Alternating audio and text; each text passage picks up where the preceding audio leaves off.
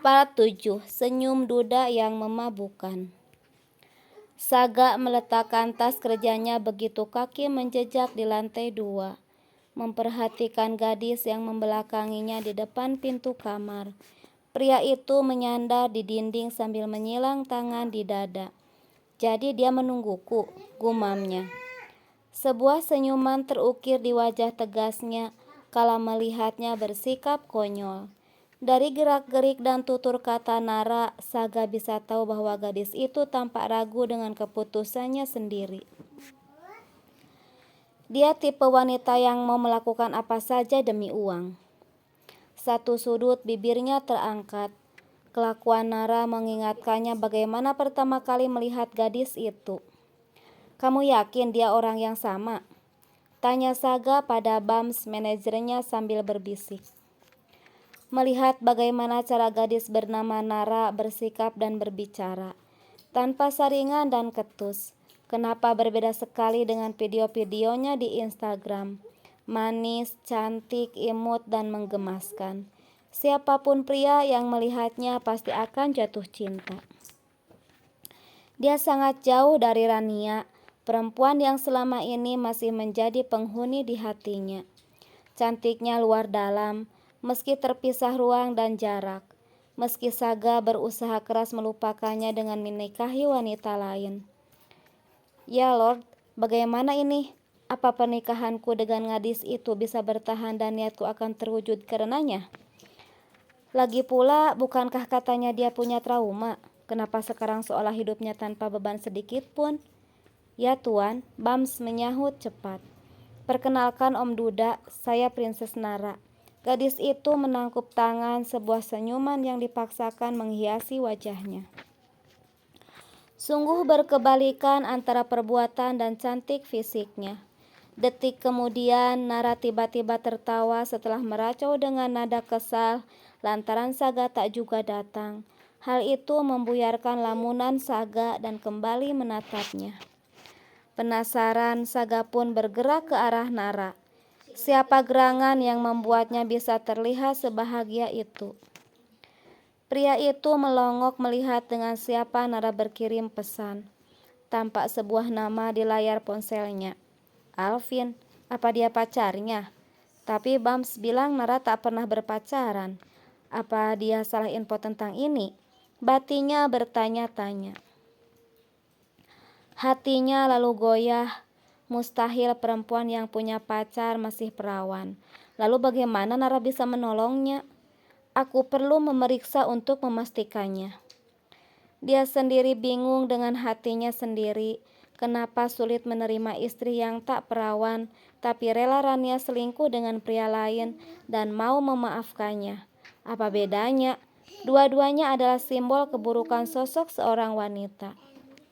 "Kamu tertawa karena apa?" tanya Saga.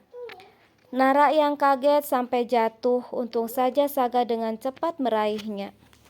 "Menungguku, apa kita lakukan sekarang?" ucapnya ingin menggoda Nara. Saga berhasil. Nara mulai terpengaruh oleh senyum memabukkan duda tampan itu. Mata Nara melebar dan berkedip beberapa kali menatap mata elang Saga yang menatapnya tanpa jeda. Ditambah sebuah senyuman yang entah sejak kapan membuat hatinya kebat-kebit. Bagaimana ini? Aku bisa mati karena jantungku lepas saking deg-degannya. Apa aku batalkan saja dan menjual satu ginjalku buat bayar hutang? Yah, kehilangan satu ginjal masih lebih baik dibanding kehilangan jantung. Bagaimana? Tanya Saga membuyarkan pikiran Nara. Aku belum siap, Om. Gadis itu menjawab gugup. Seorang Nara yang biasanya tengil dan ceplas-ceplos, kali ini dia mulai mabuk. Pria dingin dan sombong mengeluarkan pesonanya. "Oh, belum siap." Dianggukkan kepala ragu sambil meringis, memperlihatkan jajaran giginya yang berbaris rapi. "Oke," Saga menyahut cepat. Siapa sangka justru jawaban Nara sangat menguntungkan posisinya. Mata Nara melebar sempurna saat tiba-tiba Saga mengangkat tangan melepaskan tubuh mungil yang dalam rengkuhan. otomatis membuat tubuh gadis itu terlepas jatuh. "Ah!" teriak Nara seiring tubuh yang bergerak cepat karena terhempas. Buk! Suara muncul kala tubuhnya menyentuh lantai. Saat itu pula ponselnya terlepas dari tangan dan jatuh. Oh, Nara memegangi bagian tubuh belakang yang sakit. Sementara Saga hanya tersenyum melihat semua yang menurutnya sangat lucu.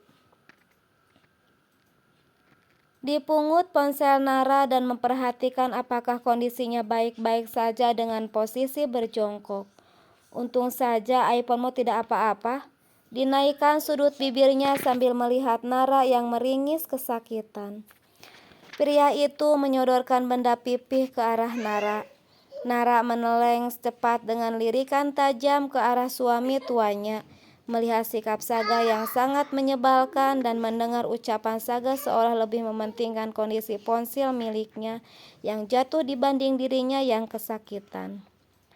Diraih ponsel itu dari tangan pria tua menyebalkan tersebut dengan kasar. Sungguh tak manusiawi. Namun, dengan santainya Saga tersenyum sambil geleng-geleng meremehkan. Ia kemudian bangkit dari jongkok, lalu berbalik berjalan tanpa membantu Nara untuk bangun.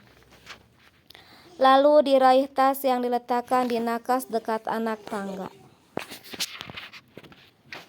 Setelah mendapat tas kerjanya, Saga berjalan ke arah kamarnya, sementara Nara berusaha bangkit dari posisinya. Walau sangat marah, hati Nara menangis. Ia sangat memerlukan uang itu. Apa om tua sombong itu menolakku? Kasar sekali. Apa dia marah? Kenapa setelah bilang aku belum siap, bukannya menenangkan agar malam pertama kami tetap terlaksana, malah menjatuhkanku ke lantai? Bagaimana ini? Aku perlu uang itu. Ah, bagaimana ini? Apa aku memang harus menjual organ dalamku saja? "Nara," panggil Saga yang sudah membuka pintu. Gadis itu menoleh. Nara jadi bingung karena Saga menelengkan kepala menunjuk ke dalam kamar. "Ya, masuklah. Bukankah kamu ingin uang itu?" Saga kembali tersenyum.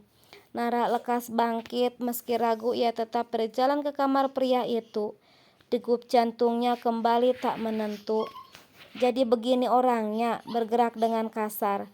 Pantas saja dua istrinya sampai meminta cerai padanya. Mana ada wanita yang kuat menghadapinya kecuali aku. Ya, aku pasti bisa. Princess Nara, selebgram 250k followers yang gigih dan pantang menyerah untuk mencapai impiannya. Ah, memangnya impianku apa? Impian utama jadi istri opa sudah kandas karena pernikahanku dengan Om Saga. Nara berjalan masuk melewati Saga dengan mata melirik takut-takut padanya. Saga terus saja tersenyum melihat tingkah gadis itu. "Kamu yang membuat posisimu bahaya sekarang, Nona." Saga menyeringai.